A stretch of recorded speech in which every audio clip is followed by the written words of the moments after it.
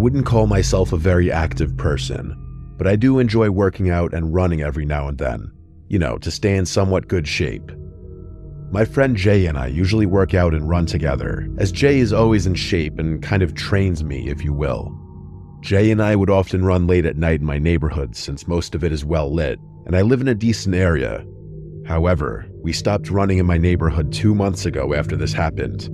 The way my neighborhood is laid out is that there's a main road that connects to separate roads branching off, but ultimately they all connect back to the main road, which leads to a dirt path extending into local farms and larger properties. This is important to understand the situation Jay and I were in. One night, we decided to run from my house onto a path that goes through the woods to one of the roads that branches off from the main road in my neighborhood. We planned to use that road to reconnect to the main road, then continue running to the dirt path before heading back to my house using the main road. I know it sounds confusing, but we took this unusual route to maximize the miles we could run, as our usual path, just running on the main road and back, was getting too easy for us. The run started as usual, with Jay and me running from my house to the path, talking about high school drama as we ran. However, we soon began to hear footsteps behind us. At first, we didn't think much of it since the path we were running on was frequently used, and we often saw other runners or people using it to cross from one area to another in the neighborhood. But as we continued, the footsteps remained behind us, mirroring our speed. When we picked up the pace and ran quickly, the footsteps followed suit. When we slowed down to a jog or walk for a moment, so did they. At this point, Jay and I were obviously a bit nervous and freaked out, but we were almost to the well-lit road. When we finally exited the path onto the road, we looked back and saw no one behind us. We both exchanged the same what the f*** look and decided it was probably just another runner trying to keep their distance from us. We continued onto the side road that led to the main road of my neighborhood and followed the main road all the way to where it turned into the dirt path. At this point, we were both still feeling good and decided to push on, running further down the dirt path. However, unlike the main road, this path had no streetlights and was lined with trees, creating an ominous atmosphere at night. Jay and I ran about a mile down this road before deciding to turn back. As we turned, I caught a glimpse of a dark figure quickly darting into the trees on the left side of the road. This immediately reminded me of the footsteps from earlier, and I began to feel noticeably uneasy. I told Jay that I had seen a figure jump into the trees along the path that we needed to take back. He dismissed it, saying I was just being paranoid and seeing things because of how far we'd run. I almost believed him and started doubting myself, so we began making our way back to my house. We ran past the spot where I had seen the figure with no issues, but just as we were about to reach the main road again, we heard rustling about 20 feet behind us in the trees. We turned around and saw a figure standing in the middle of the dirt road. The figure was facing away from us and was dressed in a black hoodie, along with very ripped and dirty khaki pants and black shoes. At this moment, I was more scared than I had ever been in my life. It felt like my heart was going to fly out of my chest. It was beating that hard. Jay looked at me, then back at the figure, and said, "What the hell are you doing?" but stopped mid-sentence when we both heard the person start laughing. It was an awful, cackling, cringe-inducing laugh. Then, as we stood frozen, the person turned to look at us, still laughing, before suddenly stopping. Now, he just stared at us with a glare that still haunts me to this day. His wide eyes and pale face burned into my memory. Jay and I exchanged one last look before running faster than we had ever run in our lives, sprinting the entire 2 miles back to my house. As we ran, we heard that terrible laugh again behind us, which only made us run faster. When we finally got back to my house, I threw up, then rushed inside through the back door, locking every entrance and shutting my garage doors. We sat there panting, still processing what had just happened, and swore never to run in my neighborhood at night again. If you're a night runner, always stay in well-lit areas and bring a friend, just to be safe.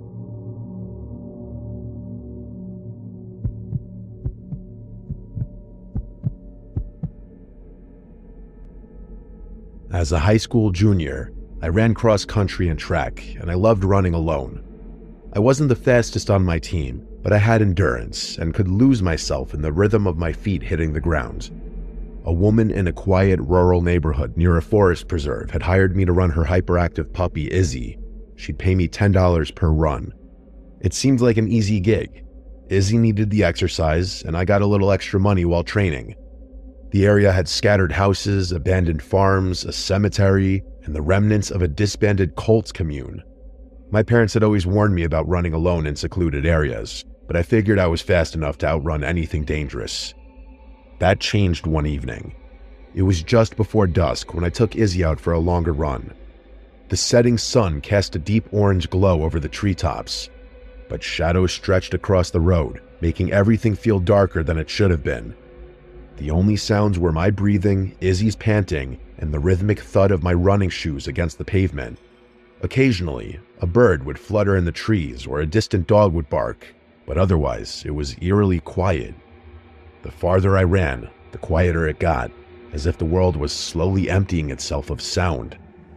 About 2 miles in, we reached a stretch of road flanked by thick forest on both sides. That's when Izzy suddenly stopped. Her ears perked, and she stared into the woods, completely still. A low whimper escaped her throat.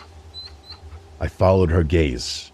At first, I saw nothing but the dense trees, branches swaying slightly in the breeze. But then, between 2 trunks, a man's face peeked out from behind a tree. He was short, maybe in his 30s, wearing a hat pulled low over his face, a thick jacket despite the mild weather, and gloves. His eyes were locked on me, unblinking. His stillness unnerved me, but I told myself he was probably just a hiker or a hunter. Still, something about the way he stood, like half hidden, watching silently, it sent a chill down my spine. His presence felt off, like he wasn't just some guy passing through, but something wrong, something that shouldn't have been there at all. I gave him a polite nod, trying to appear unfazed, and I started to jog again. My heart was beating a little faster now, and not from the run. A few steps later, Izzy stopped again, her body rigid, tail between her legs. My stomach dropped as I turned back. The man had moved closer. He wasn't behind the tree anymore. He was standing right at the tree line, just feet from the road, still staring. His head was tilted slightly now, as if studying me. A sickening realization crept in. He wanted me to know he had moved. He wanted me to notice. I felt something cold slip down my spine. My body was instinctively preparing to run, but I forced myself to stay calm. Maybe he was just some weirdo trying to mess with me. Maybe if I ignored him, he'd get bored. I kept running, trying to stay composed, glancing over my shoulder every few steps. At first, I thought he was gone. The woods looked empty again. But then, just as I turned forward, I caught movement in my peripheral vision. I turned back, and he was sprinting toward me. He had a butcher cleaver. A choked scream got caught in my throat as pure, unfiltered terror exploded through my body. I didn't think, I just ran. Adrenaline shot through me like electricity, and I pushed myself harder than I ever had in a race. My breath came in ragged gasps, Izzy struggling to keep up, her leash jerking in my grip as we tore down the road. I had never known fear like this before. A kind of fear that exists deep in the bones. A kind that tells you you're gonna die if you slow down. I glanced back only once. He was still chasing me. His face was twisted in pure rage, his mouth slightly open as if growling. The gleam of the blade catching the last rays of sunlight. He wasn't just running. He was running erratically, his arms flailing in unnatural motions, his legs moving almost too fast, like something that wasn't used to running at all. That's when I realized he wasn't breathing. I could hear my own frantic gasps. I could hear Izzy panting. I could even hear the distant rustling of the trees, but not him. His footsteps thundered behind me, his pace matching mine, but there was no sound of breath, just that awful silence beneath the pounding of his boots. I reached a neighborhood and sprinted between the houses, zigzagging through yards hoping to lose him. My vision was blurring, my legs were screaming, but I couldn't stop. I darted behind a shed with Izzy. Finally, when I was sure we had put enough distance between us, I pressed myself against the rough wooden wall, gripping my knees, gasping for breath. Silence. I swallowed hard, my heartbeat still hammering in my ears. Slowly, I turned my head. At the top of the hill, he stood, watching. The cleaver dangled from his hand, his chest rising and falling as if he had just stopped running too, but he wasn't chasing anymore. He was just standing there, staring. We locked eyes. His face had no emotion now, no rage, just that blank, unsettling gaze, as if he had simply lost interest. A minute passed, then another. A car's headlights appeared in the distance, beams cutting through the dark, and just like that, he turned and walked back into the woods. No hesitation, no hurry, just gone. I didn't move for a long time. When I finally did, I took the longest route back to the woman's house, sneaking through the yard so I wouldn't be visible on the main road. My hand shook as I took my payment, acting like nothing had happened. I didn't tell her. I didn't tell my parents. I knew if I did, they would never let me run alone again. I don't know who he was. I don't know if he was part of the old cults, a drifter, or something else entirely. But I do know one thing. I never ran in that direction again.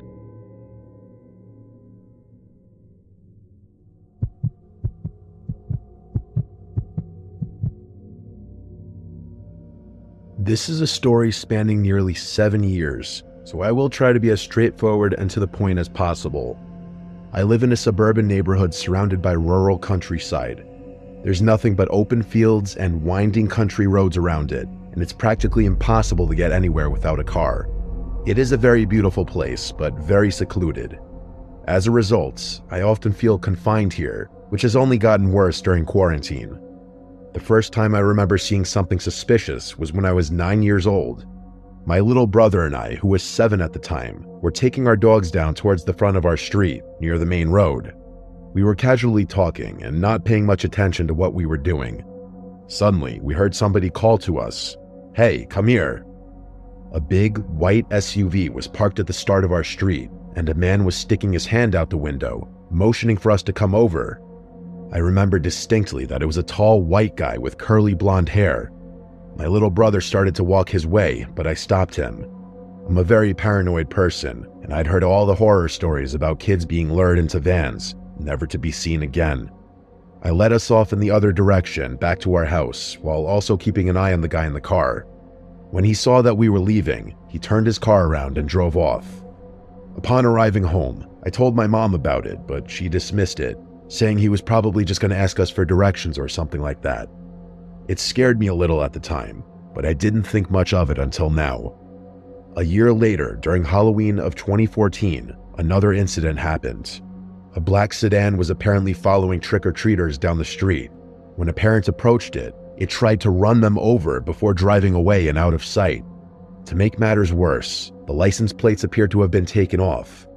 I didn't see any of this myself, but some of the adults in the neighborhood had made a big stink about it, and I was given yet another "don't talk to strangers" lecture. People were especially sensitive about this kind of thing at the time, since the murder of Hannah Graham had recently taken place in my area. Fast forward another 4 years to summer break in 2018. Some neighbors of ours were out of town on vacation, and they asked me if I could pet sit for them while they were away. I had to go by 3 times a day to let their dog out, once in the morning around 8 a.m., once in the afternoon after lunch, and once in the evening at 9. Their house sits to the right of our neighborhood, off the main road. To get there from my house, I can go to the end of my street and take a right, or I can cut through the woods and into their backyard. Going through the woods is faster, but the brush is very dense and the trees are close together, so I usually would just go along the street. One night, wrapped up in a session of COD with my friends, I forgot to let the dog out. When I remembered, it was past 10, and I rushed over, worried that he might pee on the floor inside. It was pitch black out, and I couldn't see anything but the beam of my flashlight and the glowing stars in the sky. Luckily, the dog had been able to hold it, so I let him out as usual. After he went, I brought him back in and was prepared to leave again when I looked out the window and saw a black sedan parked next to the driveway. This made me uncomfortable since I was pretty sure it wasn't there when I first showed up at the house. There were no other houses nearby, and I knew for a fact that the owners weren't coming back for another few days. After debating what I should do for a few minutes, I finally decided to go back and cut through the woods. I did so, and got back without issue. To play it safe, I cut through the woods for the rest of my time pet sitting, but I never saw the black car again. Now, these occurrences alone would not be enough to merit a story, but it's what happened recently that really terrifies me, It makes me question whether these events might actually be connected.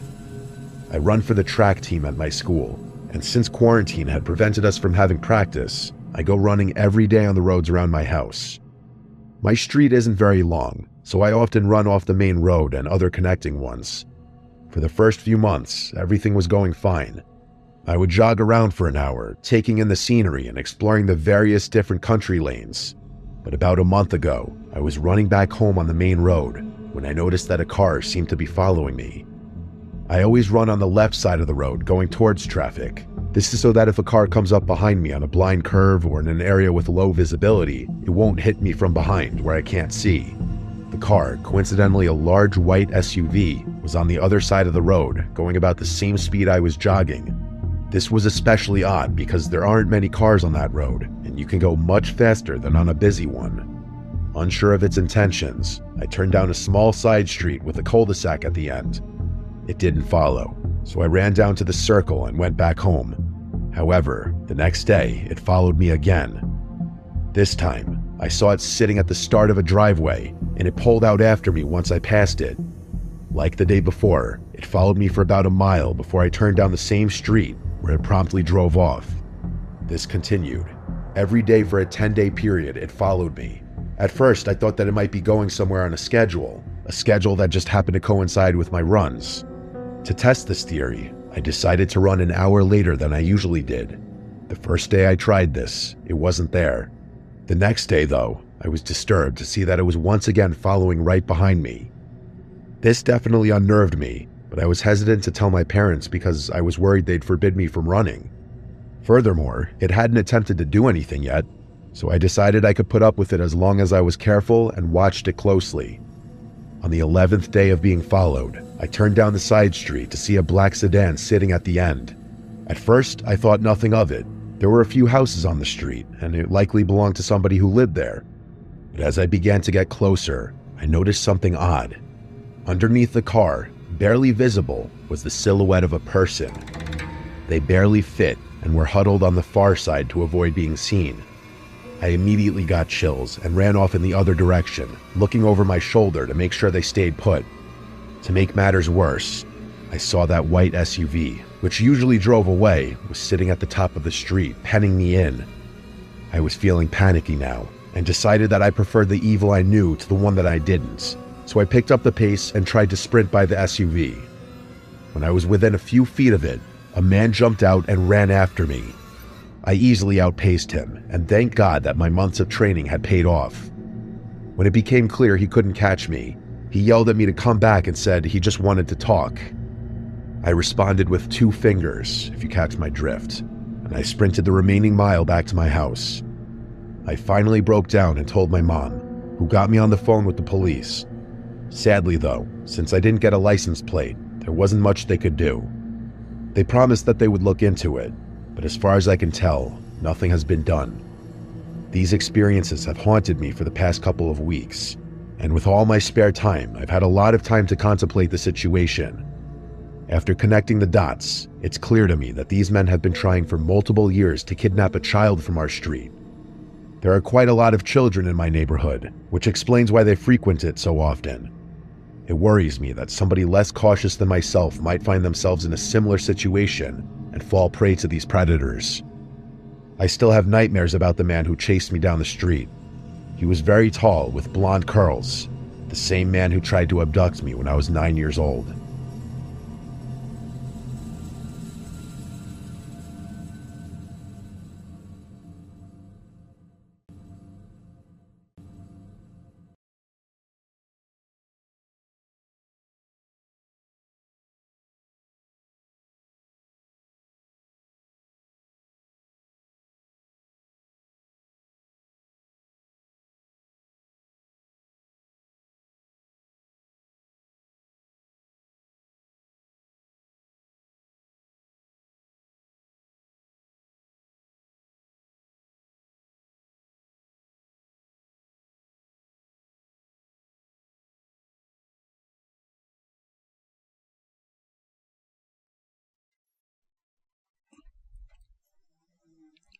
The Hunting of the Woods. My name is George, and I'm 84 years old. Today I'm going to share a story that's haunted me since when I was a kid. It's about strange encounters, the horrors of war, and a terrifying journey to the woods that I still can't explain. It all began when I was about 6 or 7 years old. Back when kids in my time had nothing to do except play outdoors.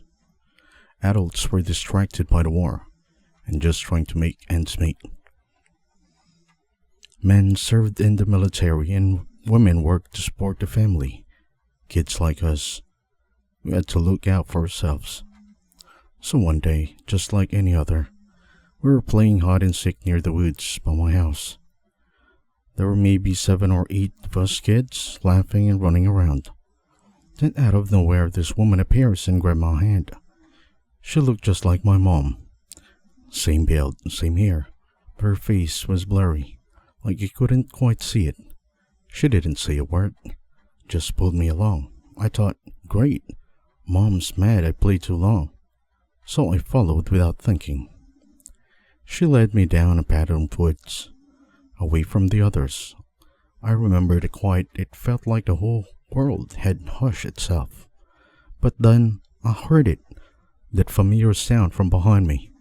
My mom's voice. She was shouting, "Give my son back to me." I turned around and that woman suddenly let go. Just like that, she walked away, vanishing into the trees like she was never there. When we got home, my mom didn't say much, but the other kids told me that 1 second I was there and the next I turned around, raised my hand like I was waving to someone else, and I just walked out. They said it was weird, like they wanted to call out, but something kept them quiet. My mom had seen me too, but at first she thought I was looking for a hiding spot. It wasn't until I'd gone deeper into the woods and the other kids started yelling my name that she realized something was wrong. After that day, my mom made sure I never played near those woods again. Time passed and the memory of that day got blurry, like an old photograph fading in the sun. But the memory of that woman, her cold hand, and my mom's desperate cries stayed with me. Years went by, and life went on. I grew up, and my mom got older. Eventually, I drafted into the Vietnam War, and those 12 months were the worst part of my life. I was lucky to make it back, but the things I witnessed and experienced haunted me long after the war was over. I came home with PTSD, post-traumatic stress disorder, and it hung over me like a dark cloud. Nights were the worst. I couldn't sleep, and when I did, the nightmares felt like they were pulling me back into the jungle. Even normal sounds like kids playing or car backfiring could set me off. One day, I hit my breaking point. I told my mom I needed to get away from it all, to find someone quiet in the woods. Funny, right? The woods that scared me as a kid now felt like the only place that could calm me. I packed my gear, some food, a tent, a gun just in case, and headed out. I didn't think much about where was I was going. I just knew I had to.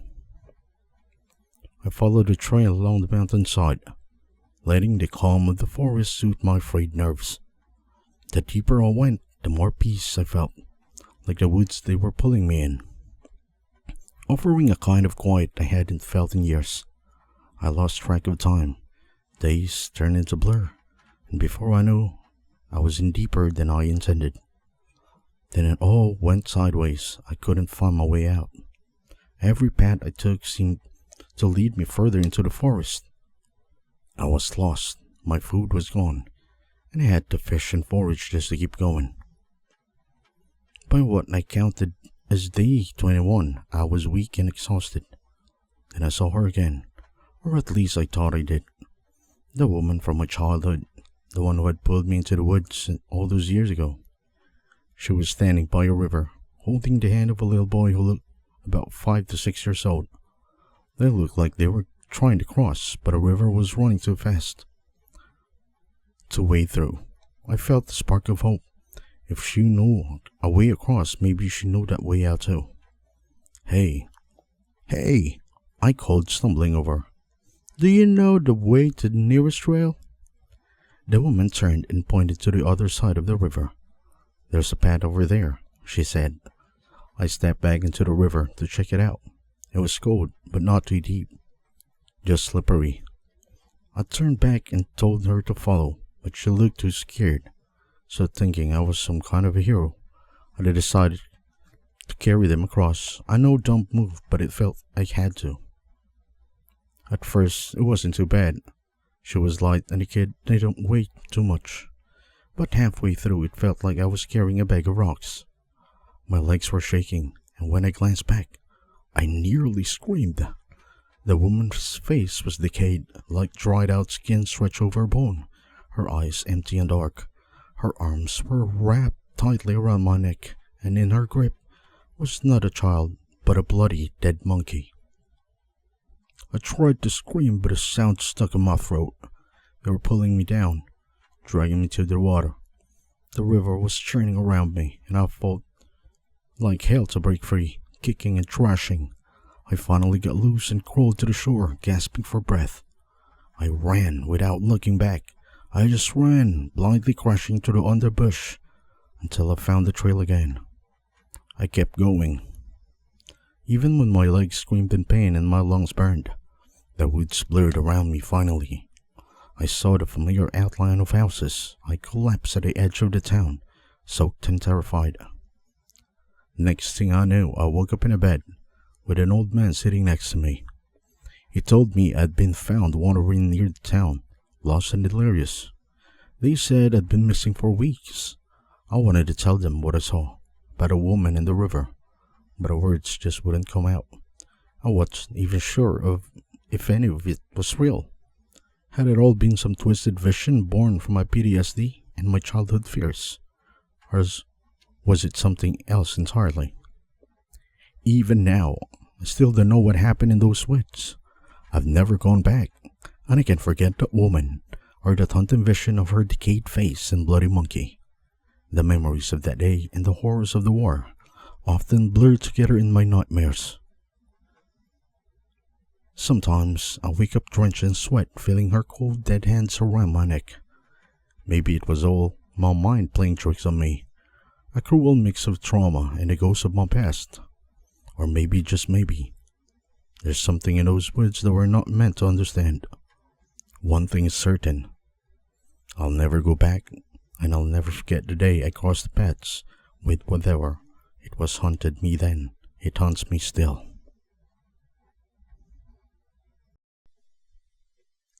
Don't haunt the deer. There's a deep wood near my town where my family has hunted for generations. My father and grandfather before him hunted in those very woods. Their stories filled my childhood with awe and reverence. Hunting wasn't just a pastime, it was a tradition, a rite of passage, something woven into the fabric of my existence. Needless to say, I was deeply familiar with the woods and used to brag a lot to my friends that I knew them like the back of my hand. However, during my last solo hunting trip, I got too cocky and it nearly cost my own life. It was a drizzling day, the kind that made my world seem grey and lifeless. The woods were as quiet as I sank to my boots into the damp earth, venturing deeper into these dense woodlands. Everything seemed normal at first, but my hunting trip took quickly a turn when I caught sight of a deer, a magnificent one. This exceptional creature had antlers that seemed to reach the sky, and its fur was deep brown, almost crimson. I had never seen it before, but judging by its size and size of its large antlers, I knew it must have been around for just like a long time, like older than I was. I kneeled down, prepared my rifle, and deliberately hid behind a tree trunk. But the deer, I kneeled down, prepared my rifle, and deliberately hid behind a tree trunk to take aim. But the deer quickly sensed my presence. It recoiled and trotted away. I let out a breath and lowered my gun, not in haste. As a seasoned hunter, I took my time, following the fresh, sharp prints in the mud that led me deeper into the woods, closer to the deer. My heart quickened as I followed their tracks. The familiar thrill of the hunt coursing through my veins. The woods around me grew denser, the trees standing taller and closer together. Their foliage overlapped and dimmed the weakened light as I pressed on, until I stumbled into an area with no sunlight at all. This particular part of the woods had always made me uneasy. Even as a child, I had avoided it, sensing something malevolent lurking its depth. But now, driven by the hunt, I pushed those feelings aside and focused entirely on the deer. Its majestic front made it hard to give up so easily. Yet as I ventured further, the unease grew stronger, creeping up my spine and making the hair on my neck stand on end. I kept my patience and trailed along the forest until deeper the deer appeared in my sights again. It stood in a faint light while I remained hidden in the darkness. My finger was poised on the trigger, ready to take the shot, but then a sudden noise shattered the silence. A cry burst from the dark foliage, its scowling loud and frantic. I flinched, and in that moment, it seemed to speak. Get out! Get out! Get out of here! The words were clear and unmistakable, as if the bird itself was warning me. Startled, I fired the shot at the crow, but I missed, scattering the bird and several others that took flight, their calls echoing through the trees like mocking laughter. My heart raced and I shot at the high branches of the tree, cursing myself for being so easily spooked. Crows do speak, I told myself. It was just a bird, nothing more. I turned my attention back to the deer, but it had moved further into the woods, disappearing into the shadows.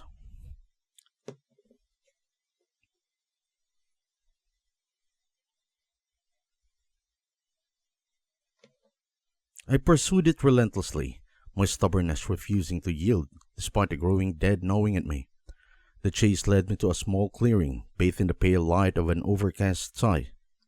As its center stood an enormous tree, ancient and imposing, as if it had witnessed the dawn of time. Its roots sprawled across the ground like veins in the earth, and its dark, nearly black bark was etched with strange symbols that made my skin crawl, just to look at him. But there, just beneath the tree, stood the deer. It stood among the massive roots, nibbling at the moss growing at their base, seemingly unperturbed by my presence.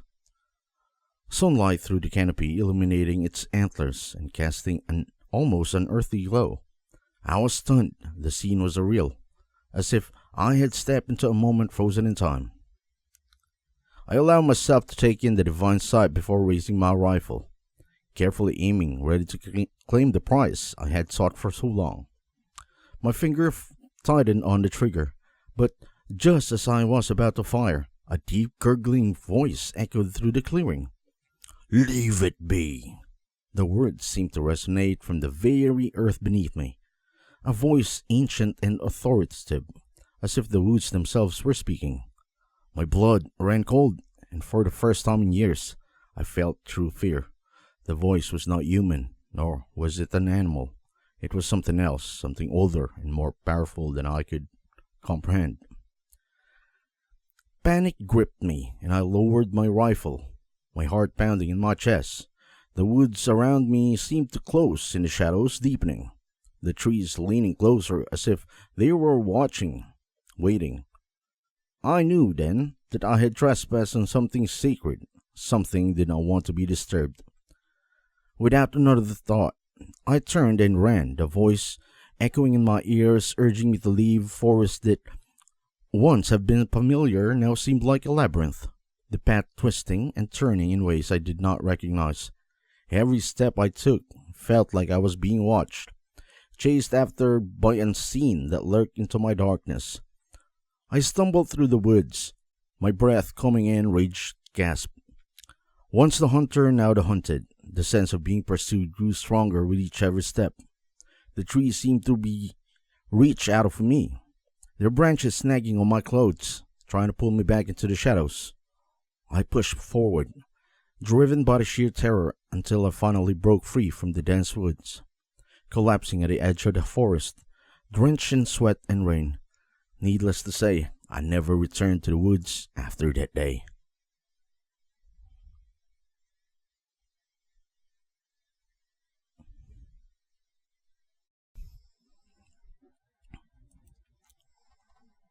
The Madman in the Deep Woods. When I was freshman in high school, my brother, who was in college at the time, convinced our parents to let him take me camping in the Appalachian Mountains with a friend. I was thrilled. Finally, I was going to experience a real adventure in the deep wilderness, something I had always dreamed of. I'd hiked woods around the hometown plenty of times, but the Appalachian Trail was different. Wilder, more mysterious. The day started early. The sun had barely risen when we set out, backpacks heavy with the gear. My brother Dylan led the way with his usual confident stride, while his friend Samuel enthusiasm, joked and laughed with his voice echoing through the trees. Tried to match their enthusiasm, but as we ventured deeper into the woods, a strange unease settled in my chest. I shrugged it off, attributing it to the nerve. After all, this was my first time this far into the wild, far away from the comfort of home. The deeper we hiked, the more the woods seemed to shift from welcoming to watchful, as if the forest itself were observing us.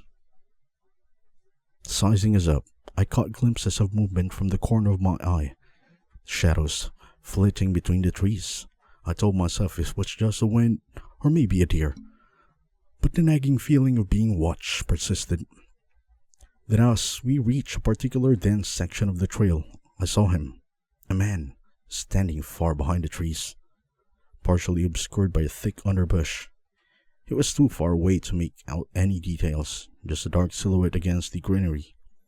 My heart skipped a bit, and I froze, staring at a spot where I thought I saw him. But when I blinked, he's gone. I shook my head, telling myself it was nothing, just my mind playing tricks on me. However, a few hours later, as we continued our trek, I saw him again. This time, he was closer, standing among the trees with his hidden face in the shadows. I could feel my pulse quicken, the hairs in the back of my neck standing on end. I nudged Dylan, pointing to where I saw the figure. But when we looked back, the man had vanished again. Samuel laughed at my obvious fear, calling me jumpy, but Dylan gave me a reassuring pat on the back. It's probably just a hiker, he said. We found a clearing to set at camp in the late afternoon. The spot was perfect, near a babbling stream, with soft moss underfoot and enough open space to make a fire. Despite the serene surrounding, I couldn't shake the feeling that we weren't alone. I kept a glance over my shoulder, expecting to see the figure that lurking in the woods. But all I saw were the darkening trees and the growing shadows. I didn't mention it again. I didn't want to seem weak or scared.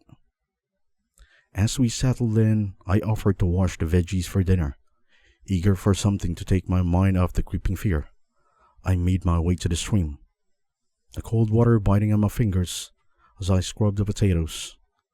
That's when I saw it. Across the water, half hidden by the trees, was an old decaying cabin.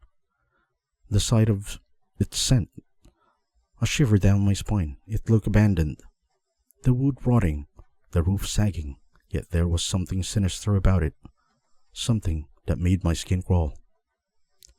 Samuel noticed me staring with a mischievous grin, dared me to go check it out. When he noticed my reluctance, the man teased me again. My heart pounded in my chest, but I didn't want to back down. I told myself it was just an old cabin, nothing more. Stealing myself across the stream, the water soaking through my boots as I approached the cabin. The air seemed to grow colder, the woods eerily silent. The front door was slightly ajar, creaking as I pushed it open. Inside the cabin was decayed as I looked at it from the inside, dusty and empty, with broken furniture scattered across the floor. I moved further in, my footsteps echoing in the silence, but as I reached a dark hallway that led back to the rooms, I felt a sudden wave of nausea. The air was thick with a stench of something rotten. I hesitated at the entrance to one of the rooms. The door loosely hanging on its hinges. I pushed it open slowly, and that's when I saw him, kneeling on the floor, his back to me. It was a man, his clothes tattered and stained with something dark. Before him lay a deer, its body torn open, its entrails spilling on the floor. The man was eating it, raw, his hands and face smeared with blood. My breath caught in my throat, a gasp escaping my lips. The man froze at the sound, then slowly turned his head to look at me. His eyes were wild and animalistic, and a gruesome smile spread across his bloodied face. Instinct kicked in, and I bolted from the cabin, the sound of his raspy laughter echoing in my ear. I sprinted back to the campsite, my heart racing and my mind to frenzy. I barely managed to get to the woods, out as I explained what I just saw in the cabin and urged Dylan and Samuel to leave immediately. I could see the skepticism in their eyes, but still they backed up with me. We began our hike back through the woods as dusk settled in.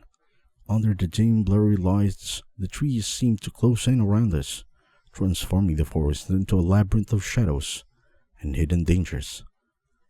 Dylan gripped his rifle, his eyes darting around as I expecting something to leap out of us.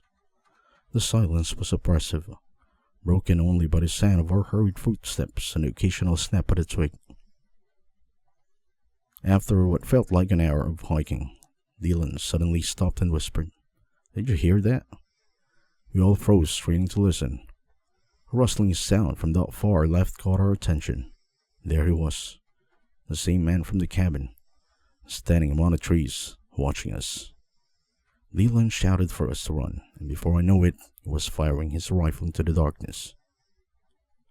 We took off, sprinting through the woods, the adrenaline surging through me as I pushed past the branches and stumbled over roots. The forest seemed endless with shadows stretching on forever.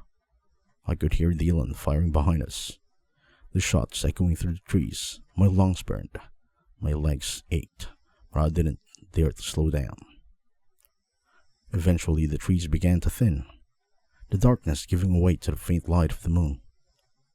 We burst out of the woods, collapsing onto the ground, gasping for breath.